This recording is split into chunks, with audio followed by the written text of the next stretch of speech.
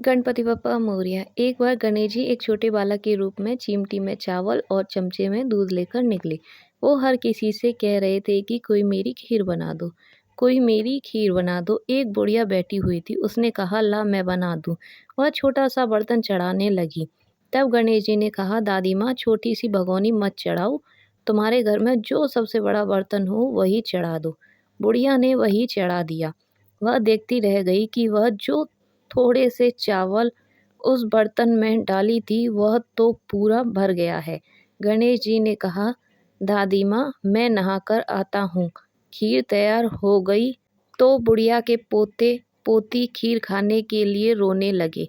बुढ़िया ने कहा गणेश जी तेरे भोग लगाना कहकर चूल्हे में थोड़ी सी खीर डाली और कटोरी भर कर अपने बच्चों को दे दी। बुढ़िया की पड़ोसन ऊपर से यह देख रही थी, तो बुढ़िया ने सोचा यह चुगली कर देगी, तो एक कटोरा भरकर उसे भी पकड़ा दिया। बेटे की बहू ने चुपके से एक कटोरा खीर खाई और कटोरा चक्की के नीचे छुपा दिया। अभी तो गणेश जी नहीं आए थे, बुढ़िया को भी भूख लग रही थी। तब वह भी एक कटोरा खीर का भरकर किवाड़ के पीछे बैठकर एक बार फिर कहा कि गणेश जी आपके भोग लगे कहकर खाना शुरू कर दिया। तभी गणेश जी वहाँ पर आ गए नहाकर। बुढ़िया ने कहा आजा रे गणेशा खीर खा ले, मैं तो तेरी ही राह देख रही थी। गणेश जी ने कहा दादी माँ मैंने तो खीर पहले ही खा ली।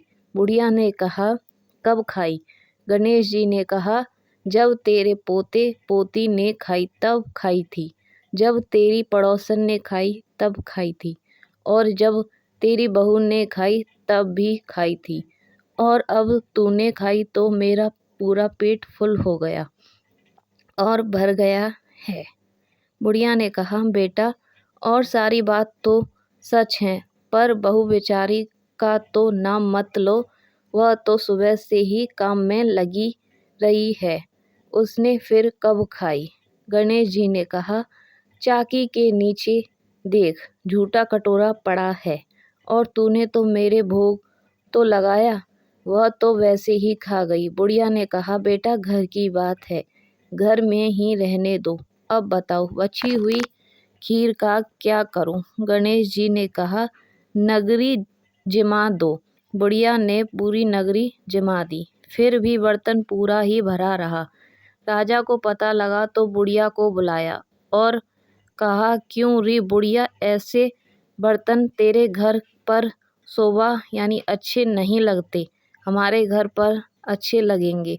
बुढ़िया ने कहा राजा जी आप ले लो। राजा जी ने खीर का बर्तन महल में मंगा लिया। लाते ही खीर में कीड़े मकोड़े बिच्छू हो गए और दुर्गंध भी आने लगी थी।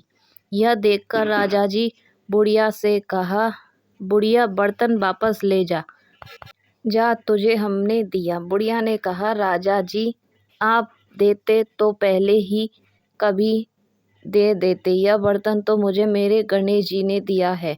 बुढ़िया ने बर्तन वापस लिया, लेते ही सुगंधित हो गई। घर आकर बुढ़िया ने गणेश जी से कहा बची हुई खीर का क्या करें? गणेश जी ने कहा झोंपड़ी के कोने में गड्ढा खोदकर गाड़ दो, उसी जगह सुबह उठकर वापस खोदोगी तो धन के 2 चरे यानी घड़े मिलेंगे।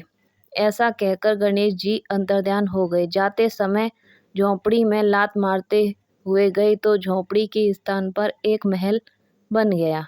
सुबह बहू ने फावड़ा लेकर पूरे घर को खोद दिया तो कुछ भी नहीं मिला।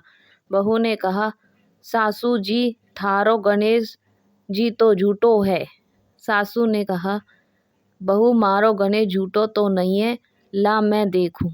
वह सुई लेकर खोजने लगी तो टन-टन करते 2 धन के 2 घड़े निकल आए। बहू ने कहा सासू जी गणेश जी तो सांचो ही है। सास ने कहा गणेश जी तो भावनाओं का भूखा है।